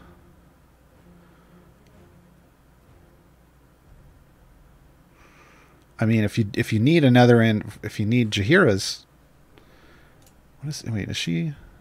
She's. Oh, she's 4. Dang, they gave you 2 options in the same slot. I hate it when they do that. Well, you already have 2 options in 3. If you only have 1 in 12, you should be picking up Ashara, so or Azaka, excuse me, Azaka for free. So that means you're just going to pick the most useful here, and I would think it's either Neris or Jaheira. Probably Neris. Neris. You already have Baloth, so go Neris. 17's a pun. Celeste seems so solid in her slot to tank. Is Penelope a good slot pickup? I use Penelope a lot, especially when I'm running Ashara. She's usually in there for my, I like the short folk bond. So I think so, yeah. Dunin, if I have a choice between a less than ideal champion and a champion that I haven't gotten full epic gear yet, and I have over 150 time gate pieces, would it make sense to take the time gate for the other champion to get them to full epic, rather than take the less than ideal champion? My concern is that I have a handful of champions who need epics, and if I try to get some epic gear from patron chests, the less than ideal champion would be added to the pool for 3 of the patrons. Yeah, I mean, that's you've got the reasoning right. You can make that reasoning for yourself if that feels good. I mean, you're specifically talking about Ishii, and yeah, I don't necessarily think Ishii has a place in the current meta. She's fun to use if you enjoy that, but if you're really trying to get epics, don't dilute your pool. If you're to the point where if you can do everything else, you have 150 time gate pieces, you can do everything else, basically. Then yeah, there's no need to dilute your pool right now. You can just go for epics. What is Paulton used for? Paulton is a buffer. Paulton is a support Goldfind champion, so he is an option in slot 4 that you can use to not only get you some Goldfind, but also to get you a buff. He's also a super secret DPS, which is, you know, Hitch is now a super secret DPS, and usually if you need a super secret DPS, you're going with Hitch, but Paulton can also work as well, despite not getting his own buff. It's interesting. Jumbalolo, once you cap out your champion's click levels, how do you make it past that? You'd switch it from upgrade over to one of these other numbers. So if you're only on upgrade, you got to switch it to one of the ones that'll let you just buy levels in it. Now keep in mind, the only levels that are worth buying are the ones in your deep over the soft cap, are the ones on your DPS, really.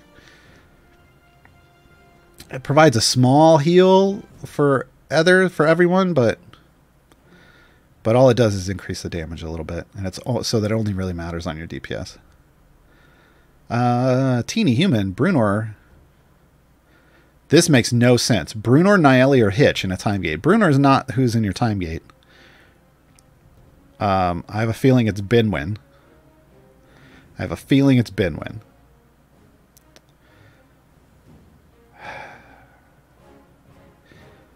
Binwin. No, that's not even... Brunor, Nieli, or Hitch. What are you... Teeny Human, what are you asking? None of these champions... None of these champions are in a time gate. You're just trolling me. So I guess I'm just going to ignore your questions because you trolled me, and I'll ignore all your questions for the rest of the stream. That's a fair punishment, right? That's a fair punishment, right? They didn't troll me as much as they trolled the mods, and that's kind of rude. We're here to help you. Don't troll us. Everyday J, Narak, Jim, or Baloth? Baloth. Yeah, Baloth.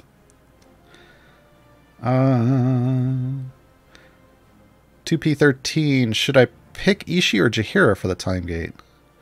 Jaheira. Yeah, Jaheira. Gnarl78. If you have a blue shiny item and it upgrades to purple, do you keep the shiny? Yes. Gilding and rarity are separate, so you keep all the stuff when it comes to items. It's just, it applies the highest. So you keep your item levels, you keep your rarity, you keep your gilding as you move around. All right, Teeny Human. I'm just saying, like, you know, it's funny to joke, but just make sure that the mods know you're joking. It's because, yeah, they're busy. Like right now here, I've answered 78 questions so far. The list is into the high 90s, so they're working real hard for all of you folks.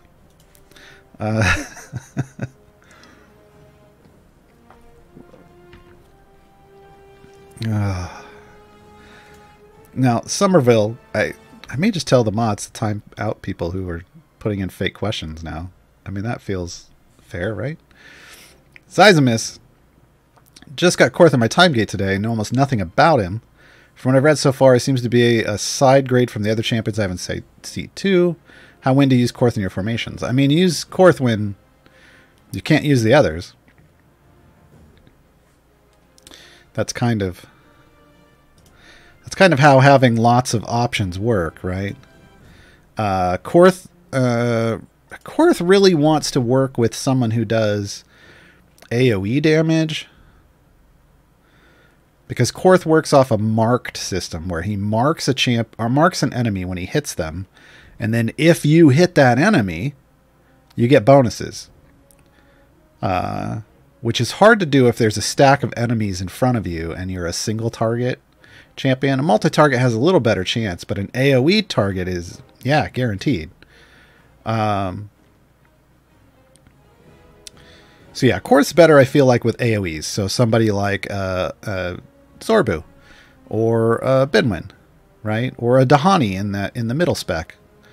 You know, if they can make sure they're hitting the marked targets, then they get the bonuses, and then Korth is really nice. But if you can't guarantee you're hitting the marked targets, then Korth is doing not much for you. Like, you're not getting the whole bonus that comes off of, there are multiple bonuses that come off that.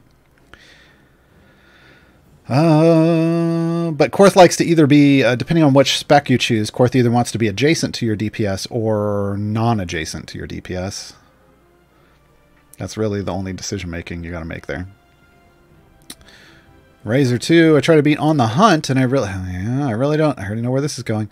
I really don't get how the game behaves here. Come to 216 and hit the wall. I'm on E48 with Mints, Kevlar, Dinar, and Calliope with epic potions, putting the green and blue pots, still no damage to enemies at all. Tried different formations, had to go back to 182, put Gromley back in. Waited 1.5 hours, and then damage was back? Rushed to 216 again, even my potions were gone, and Gromley gone, wall again. Yeah, you're doing the wrong thing. I knew where this is going right away. On the Hunt is a variant where you need to use a very specific play style that's called bud spiking. Some people use this term in lots of ways that it does not apply to. So let me be very clear here. On the Hunt is a variant where the further you get, the more slots in your formation you lose. So that's the fewer champions you have. However, you can game this by going back to level 1, where you had the maximum number of slots. And it will let you build out a full formation again. And what you do is you make sure there aren't any familiars on the field on level 1. You build out your full formation, but with all the gold that you collected on level 216, or wherever you are, ramp everyone up, you know, build out a proper formation, get a really high bud level, pop a fire breath potion. It's not about the giant strength. Giant strength can help you a little bit, but this is all about fire breath potions.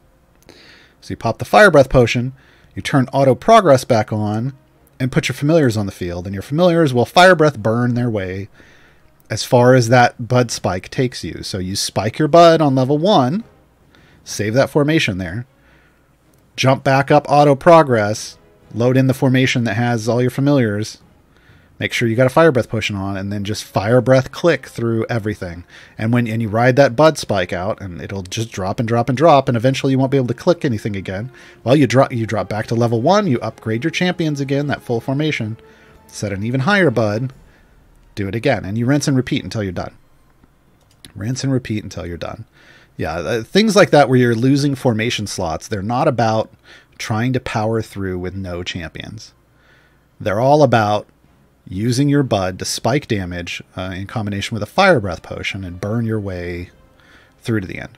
So this is something that happens to a lot of people. They don't, they haven't learned how to bud spike yet. They don't understand necessarily that that's what you're supposed to do in that situation. So it's not something, you got to feel bad about or anything. This is just standard learning how to play idle champions. I swapped one of my champions out because we kind of hit a wall. I want to get to 700. 700, I'll have 7 silvers. I'll be done with the 2 main adventures. I don't need to go further. Technically, I could push in a time gate. I could push like to 1100. I don't need that many silvers for Lucius.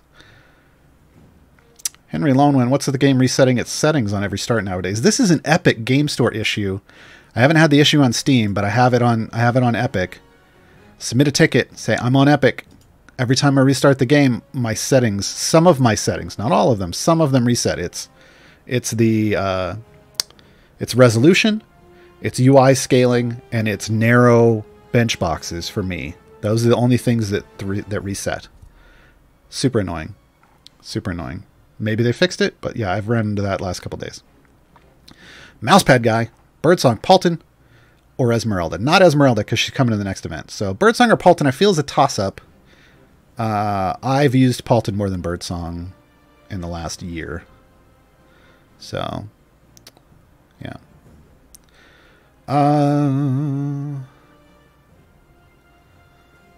It turns on console portraits too. Oh, okay. I just have console portraits on, so I didn't notice it changes back to that. That's the default. I think what it's doing is it's defaulting those 4 settings, potentially then.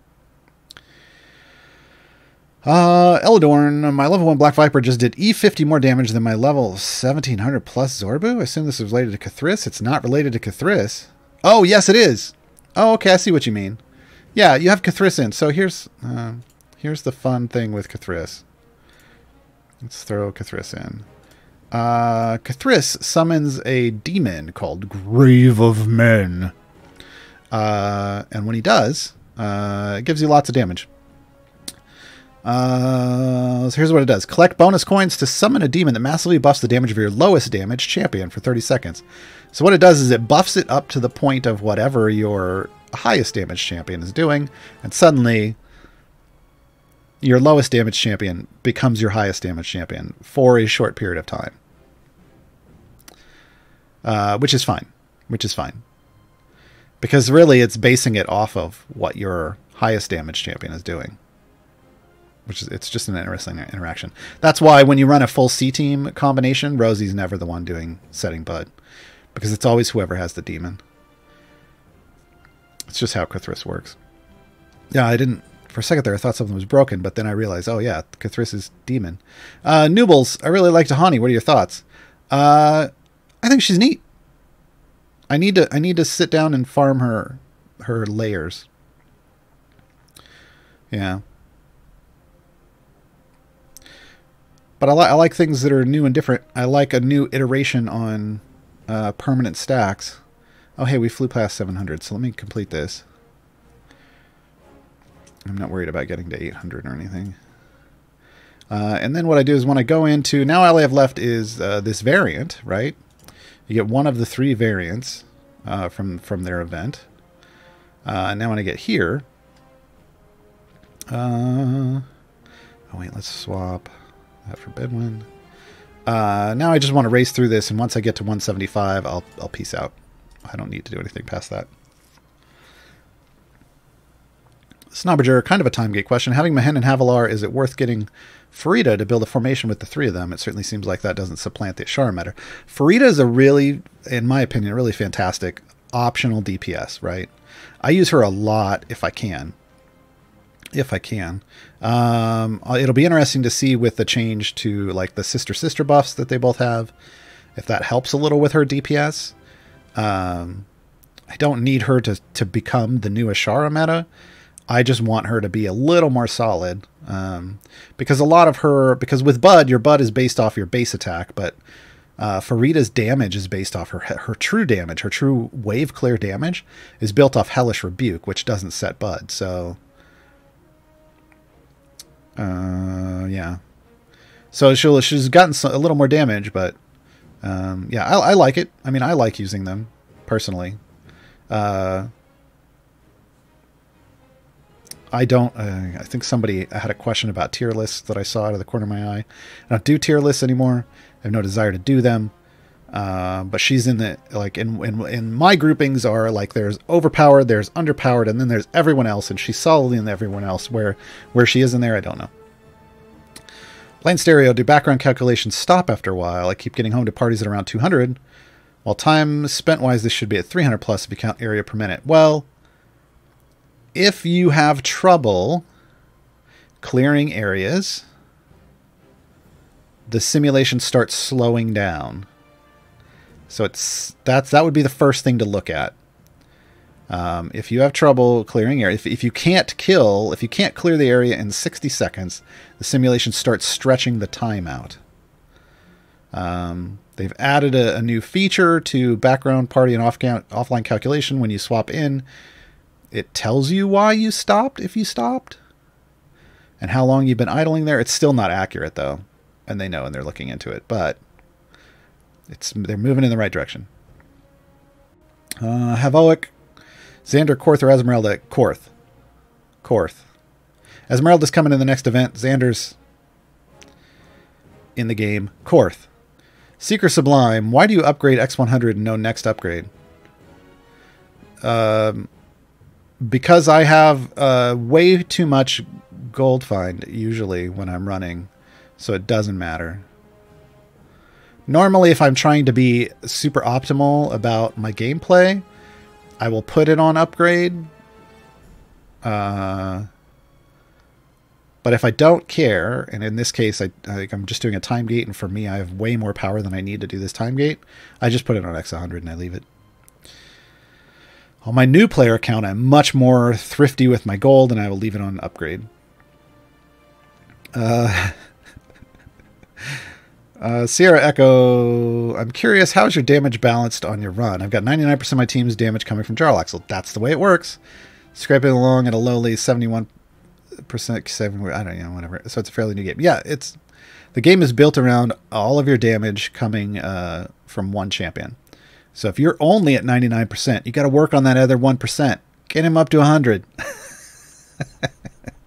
Get him up to 100. Yeah, no, I mean, it's 99.9999 and whatever. But yeah, that's the way it's supposed to work. You're supposed to build your formation around buffs pointing at what I refer to as your primary DPS. Point them all in that direction and let them do all the damages. Cyrus Black, is Havilar's slow effect sticky? Does it remain if she is swapped out? I think so. Yes. Because I don't leave her in after I've frozen an enemy in an Azaka farm. I pull her out and I put somebody else in. So yeah. Somerville, can you show us how to build an Artemis formation? I heard he's really great. This is not a great... Not in this. Not in this variant. No. I can't. However, I did do a tutorial show called Gaarawarr's Guide to Advanced Formation Strategies. It's up on the CNE Games YouTube channel. And those advanced formation strategies I was specifically referring to are Archon and Artemis formation building. So you can find a very specific breakdown of those two, because they don't they work differently as a DPS than other DPS champions in terms of how you build around them. So you can find more information on that there. But yeah, in this variant, I really can't. But the key takeaway for Artemis is that he can observe buffs that not only go to him, but to other DPS champions in the formation. So you actually do want to run him with other DPS champions. Ideally, that's champions that are tagged DPS/support, so that you can get support buffs while having them in there, but there's just not a lot of those in the game. But he wants positional formation abilities, so you don't want things that, he works better with things that aren't raises the damage of all champions. He wants things like raises the damage of champions in the 2 columns behind you. He wants those kinds of things. I believe there's a big thread going on about Nerds X Artemis in the tavern in the Discord, maybe? I've stayed out of it. I don't want to know. Nerds, apparently, because Nerds has multiple positional formation abilities, Nerds and Artemis get along. Athcoids, once you get the chest, is there a reason to run the free play and time gates? No, not really. Again, if you think, so I got to 725. I think we saw that I got that far. if you think that you could get to 800 pretty easily, then it might be worth you going in and grabbing one more. If you think it's really easy to push and grab that extra one, go grab it, right? Or if you were at like 275 when you on the last push, but you think now that you have the favor with the more favor, you could get to 300, do it. But otherwise, it's not worth doing tons of free plays just to try to get like one more silver.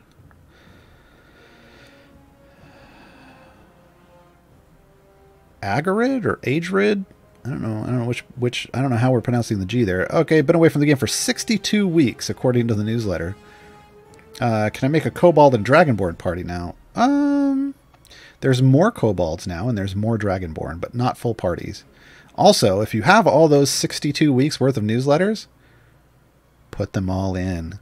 They all still work. Newsletter codes never expire, so you can grab all those chests. All of them. All right, I finished.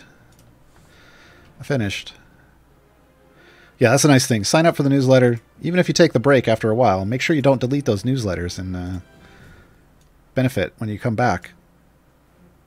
Because you'll come back. No. So I'm closing my gate early because I got all the things I wanted. You know what I'm going to do, though? I'm going to open up another gate because I need that Dahani. I need that. Where's... I scrolled past Dahani. You know what? Let's do it this way. Item level. Other way. Bam. Oh, I want to point something out, folks. There is a problem with the time gate sorting here. Time to event. Soonest available champions. It still lists Krond and Dinar. It's listing year 1 and year 2 champions. They're not available in the next event. They're not available in the next event. This needs to be fixed. It needs to not count time gate only champions. Only Avern and Esmeralda are coming in the next event. So keep that in mind. It lists them in order. Year 1, year 2, year 3, year 4. So these first two, when it does this, are not coming in the next event. This has been another PSA. Boom. Let's do some Dahani. Stuff. I have to convert. I'm gonna commit. Well, hold on. What's my lowest? I've been spending a lot in my upgrades. Here we'll go Helms. Upgrading my legendaries, so I need to make sure I convert and fill that back up again. Hour. I'm not even using the full hour. I probably shouldn't use an hour. I should probably use like 15 minutes. All right.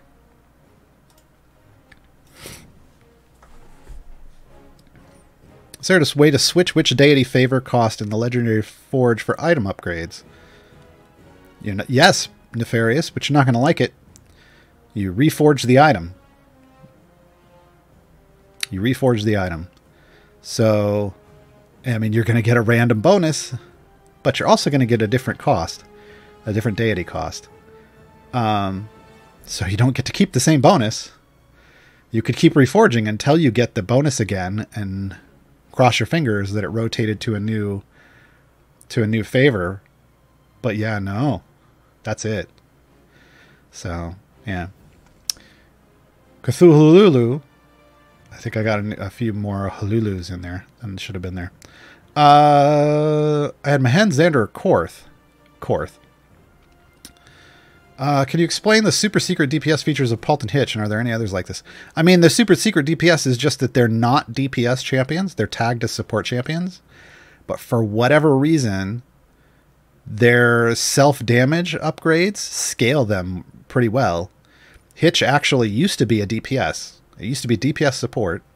They took the DPS tag off of him, adjusted some of his abilities. He actually came out with more DPS than he had before. They just took the tag off of him. And for whatever reason, Paulton is scaled well enough that despite not getting his own buff, he can do some damage. Now, is he going to beat a Shar or something? No. This isn't a situation where you're in a variant and you don't have any DPS options, but if you have Hitch or Paulton, know that you do have DPS options. They will DPS. Or if you're doing those patron challenges where it's a no DPS challenge, Hitch is usually the key there, but Paulton will work too. Elp Ivy 0214. Crawl, Vlonir, Xander. Crawl. Crawl.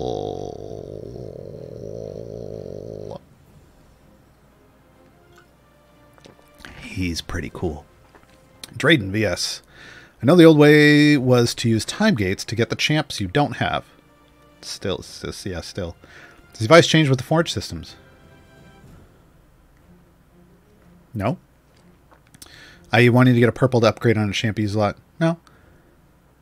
You still use time gates to get champs you don't have.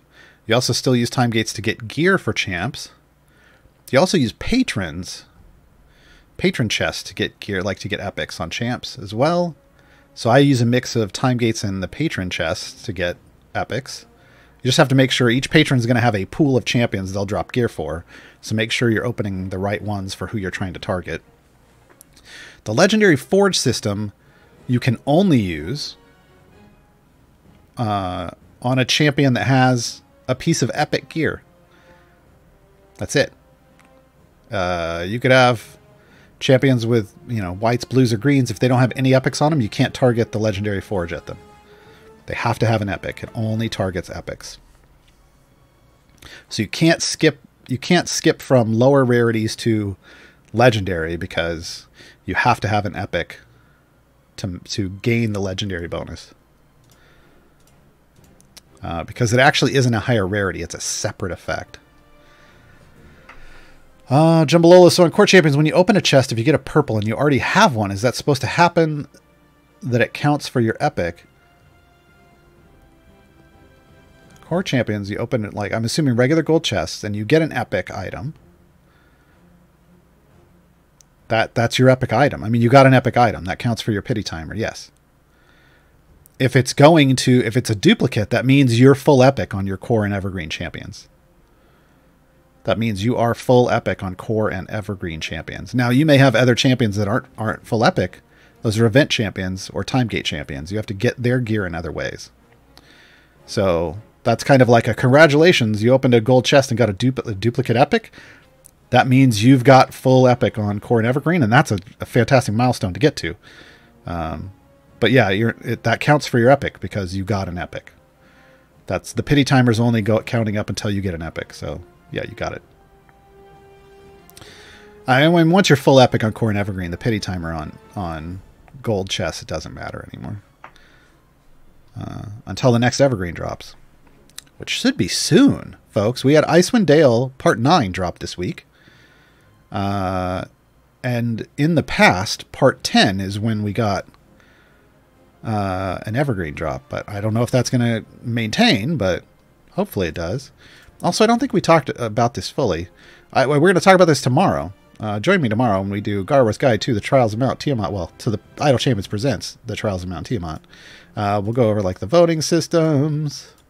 Make sure you get your vote in. Make sure you claim your rewards if you haven't yet. You can go back and claim them.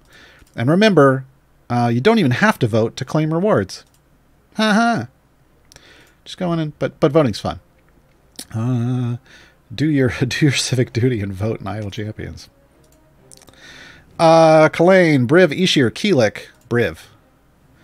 The OG Ulfin, Birdsong or Korth. Birdsong? Maybe either one. Probably Birdsong.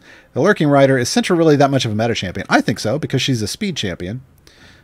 She reduces the number of things you need for quests at the top right by 30% if it's maxed out and it triggers. So works really well as a speed champion.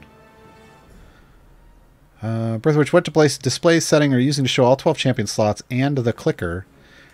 So I went in under settings. I have 75% UI scale, but that's not necessary anymore. I mean, we can make that bigger. It doesn't matter. What it is down here is narrow bench boxes. So if I unclick narrow bench boxes and we go back, you'll see I have to scroll. But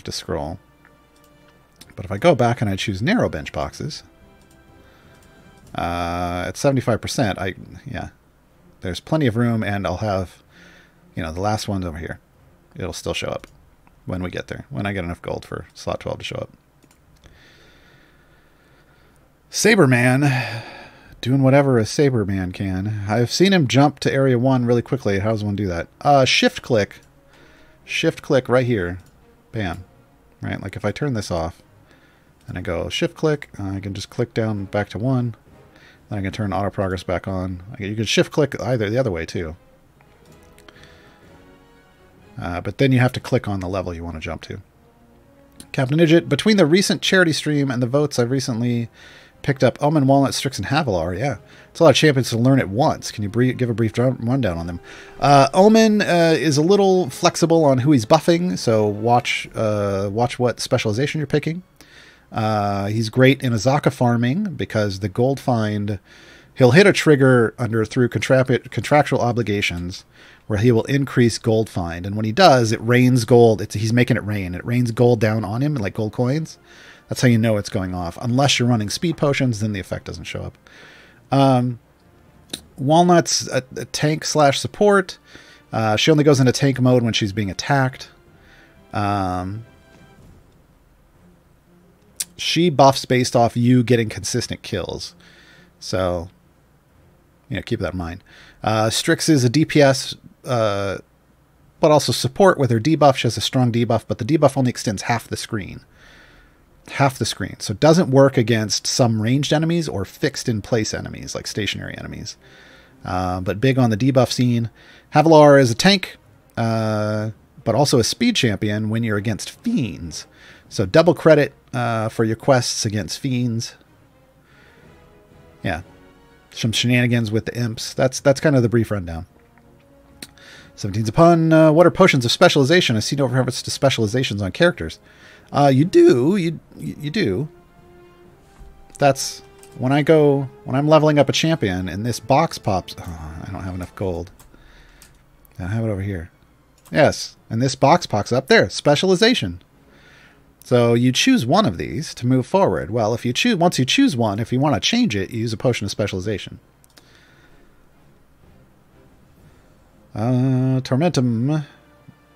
Neither are in my time gate, but I need champions in 6 and 7 to unlock split the party. I can only afford one manual. Freely or crawl first. Ooh.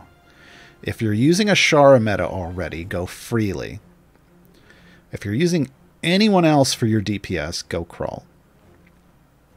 There you go. Water God 8. I'm new to the game. Should I go with War Domain or Life Domain for Celeste? That depends on where you place her. Celeste heals the column in front of her. So if you can put her in the column right behind the tanks, then you can, along with whoever else you need to be in there, then she'll be healing that front row. If you can't, and you need to place her 2 columns behind the tank, you go Life Domain. That's really the decision there. The damage bonus of 100% isn't worth... That's not what you need to be thinking about. You need to be thinking about, where are my heals going? Where am I going to put her so that I can get all the buffs I want while also healing my tank line, which is important when you're new. For Keelik to Dinar and Orkira, no. I prefer Dinar in general because Dinar can heal everyone, including himself. Orkira can't. Orkira can't heal herself, and she can't heal anyone next to her. So, in my opinion, Dinar is the better group healer. But in terms of total heals, the others do some solid healing, but I like being able to heal everyone, including themselves. Sarvaldar, how do the formation saves work? I tried saving some, putting it on the Modron core, and never seems to properly work. I mean, it's there, right? Like I have this formation saved. It loaded it in. Now, you have to have familiars. Just saving that formation doesn't buy the champions or level them up. What it does when you load it into your Modron is you're making sure that these are the champions that are showing up in the boxes at the bottom. And then the familiars buy them. And when they buy them, it loads into the formation slots based off the formation save. So you have to combine both of those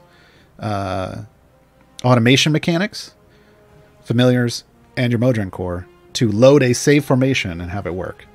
Otherwise, you have to buy the champions manually, in which case the formation is loaded in. It will put them into the right places, and it will have the right ones selected down in the boxes.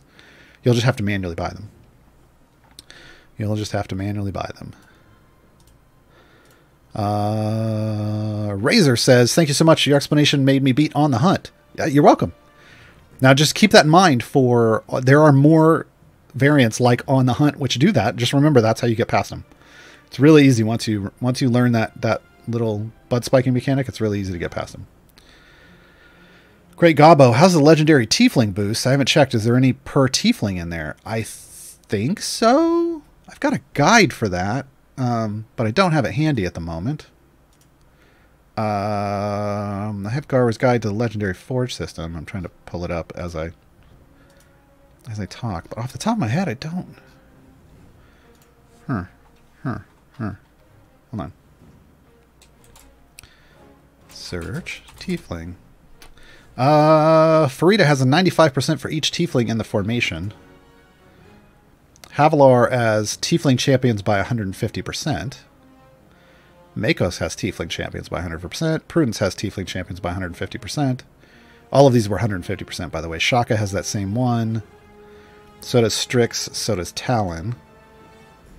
Farida's the one, though, that's 95% for each tiefling. For each tiefling. Commander Xander. Sorry to be throwing so much shade your way this week, Commander. Does Frida's Hellish Rebuke get boosted by Narak's buff? Potentially? I don't know. Does she qualify? That's the question. Does she qualify? It's what, Wisdom 14? She's Wisdom 13? She has a Wisdom feat? She does. So yeah, that should work if you... Like I said, I think it's 14 gets the right focus. Hold on. I'm just double checking. Yeah. So if you put in that feat, but is that worth it? You make the call. Might be. Might be if you don't have anybody else to buff her with. Gets the right focus isn't a huge buff, but sometimes it's what you need. Vactum. I don't have a large number of familiars. How would you prioritize their placement? So with 13, at the start of your run, 1 on click damage, 6 on the field. So that's 7. The other 6, if you're running like speed, you would put one like I'm doing here with the Phoenix on the speed button, because you're not going to have enough to manually update all of your champions, right? Now, if you want to give up some of the features of having 6 on the field, you could drop down to, say, 3 on the field.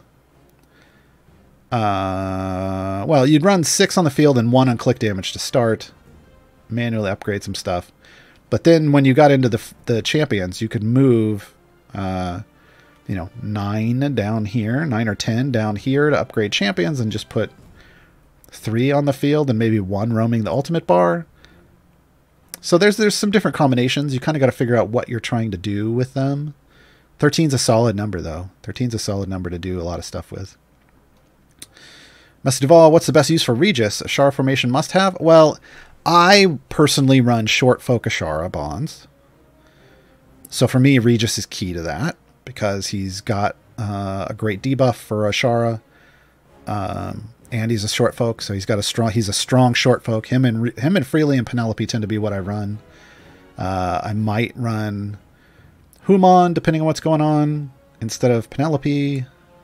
Just depends, but I just, those are the short folk that I aim for. So it really depends on kind of what, if you have all those, and if you're going to do that, to me, that's the best setup, but doesn't mean I'm right in all cases. Saberman, what's the best way to get to area 1K for the achievements? I can't push past 750. Keep getting power. Keep working on like maxing out all the blessings, getting all the perks from the patrons, leveling up your Modron core, and getting the flow to full epic, working on your gear. You need all of these things to be able to get to 1,000. Ashara is the current meta for getting there with a pushing formation. There's also click debuff, if you have the champions for that. That relies on a lot of Azaka farming. Riffraff, I understand you need to complete Avernus. 4? I mean, that's for Trials of Mount Tiamat. Maybe is that what we're talking about? What favor is needed to do that? Ooh. I want to say on my newest account, I had like E28 or E29. Basically all of it. You want to get as much as you can. But I completed El Terrell's Last Stand recently on my new player account with like E28, E29. There's highlights of that on my Twitch channel down below, twitch.tv/Gaarawarr. I also unlocked Rhea Reborn. I also completed Rhea Reborn with that. So that's... I know you can do it E28, E29. But that's with the champions that I had. Like a level 3 Modron core. But yeah, you want as much as you can get. You want as much as you can get. Easeldaff, would you go with Ishii or Melf? Melf. Melf's a speed champion and a support champion. Solid slot 12. Pick for speed. Dan's.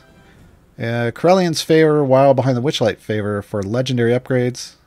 Has anyone gotten that yet, or is it not in the pool? I don't know. I mean, it might not be because it's brand new, but I don't know. I don't know that I've seen it yet. But honestly, I haven't really paid attention to what favor I end up pulling from for my upgrades. Because I've got a lot of favor everywhere, and I can just go earn some more. I can just go earn some more. I wasn't one of those people that like really overstacked their favor, so it's pretty easy for me to go back and earn it everywhere except for maybe Torm. St. Isidore, I have Freely or Keelik and only just finished Split the Party. Who should I choose? Freely. Freely's best in their slot. Coming. Free to Binwin or Morgaine. Okay. Morgaine's a solid support champion. Farida's a good DPS option. So one of those two. One of those two. So in the current meta, Ashar is pretty strong, so you might just want to pick Morgaine. It's going to be a while until... Morgaine's a higher slot support, so it's going to be a while before you get there, but yeah. Right now you're focusing, if you're new, you're focusing on to split the party, so fill in whatever slot you need to get an extra champion in each slot. Graydon, I think I missed it earlier, so if this doesn't get in the queue, that's on me. Well, that's fine. Free time get unlock Birdsong or get chests for Keelik or Morgaine? I mean, I would, if the choice is between getting Birdsong and you don't have them, or just chests for two champs you have, I would say just get Birdsong. Birdsong is useful as a support champion. Sarvaldar, so normally I don't sign up for newsletters, but I finally did for this game. When do the newsletters come out? Today. They usually start coming out around noon. It's going to take a while to get to you if you just signed up recently. So, you know, by the end of business today, you should get them. When does Hitch unlock? Well, once you've signed up for the newsletter and they send you, it's going to be a little while because this is newsletter day, but they'll send you an email with a code for Hitch. Unless you're on like a console where it just unlocks automatically, but I don't know how that works. I don't have a console.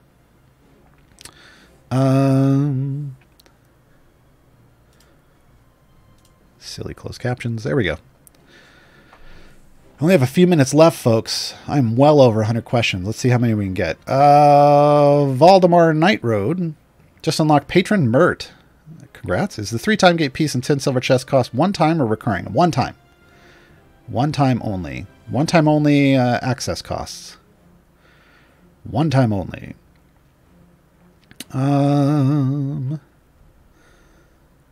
Logos Games. Krull or Korth? Krull. Krull. KB Martinson, of the 3 champions we get in the time gate, I got none of them. I assume you own none of them.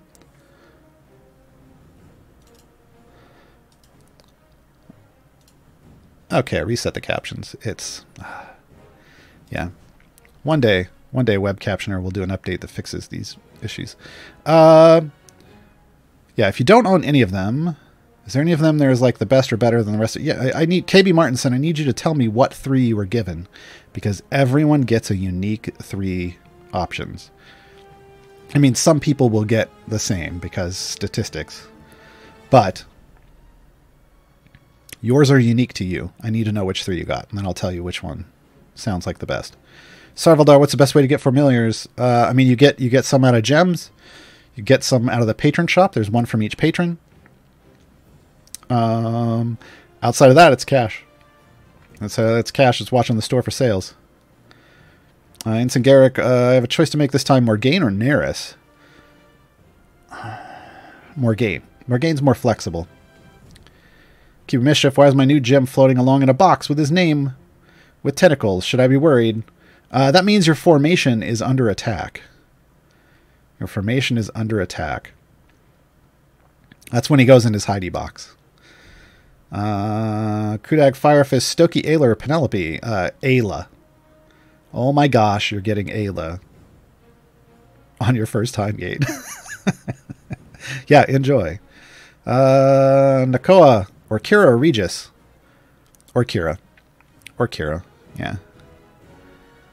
Definitely or Kira. That's 130 questions today, folks.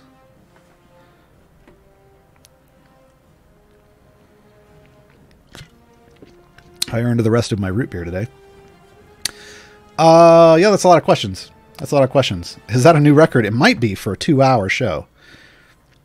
I know once we did like 4 hours. We did like a double show. And I know it was like 175 or something like that. Oh yeah, that answering that question was 131. Oh boy. Captions probably fell over from all the names I've been saying. Probably. Well, so the caption program does what it can, but occasionally there was a patch a while back that's for using it for different reasons.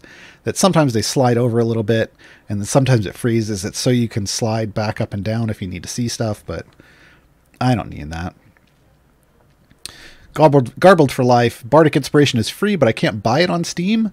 I think if you repatch Steam today, I found it on Steam. It's just free. It just says like play it, and if you click play, it doesn't give you a buy option. If you click play, it downloads it, and then it'll be on your computer, so you can use it in other places. It's also in the game. If you go over here, scroll down, it's down here. Idle Champions theme song. It's so good, folks. So good. Ryan the Wise, is it possible to pass levels with your party in idle mode that you cannot pass in active mode? You mean like offline? Sometimes, yes. Sometimes the mechanics that are going on get turned off. Jambalolo, any hints or drops on Jason Miller's characters? Well, we went over it today. It's Brig Hellclaw. The blog is up. The mods just linked it to you. So you can read up there. How far should I push a time gate adventure? Is it worth holding after the adventure completes? Like once you've... Yes, like I did it today. I go as far as I can, as quickly as possible, grab as much as I can, and then I bail. But it's based off how far you can push, right? And that's it, folks. We're going to head out. Remember, tomorrow, Gaarawarr's Guide to Idle Champions presents, 9 a.m. Pacific. We'll have a lot of Q&A time tomorrow as well, so join me there. We're going to go out on Ode to Warduke. Have a great day, everybody.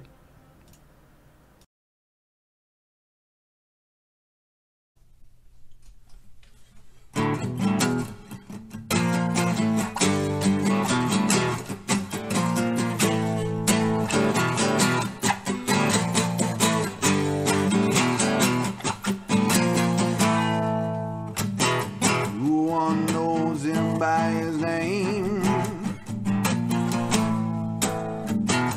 only by his sort of fame. Red eyes glowing in the dark. No, he'll never miss his mark. Winged helm of darkness blazing in the night. Nightmare sleep beneath him, yearning for a fight. It's Warduke, oh child, he's coming for you. It's Warduke, no doubt he'll split you in two. It's Warduke, you fool, they paid him with gold. It's Warduke, so cruel, your life has been so. Warduke,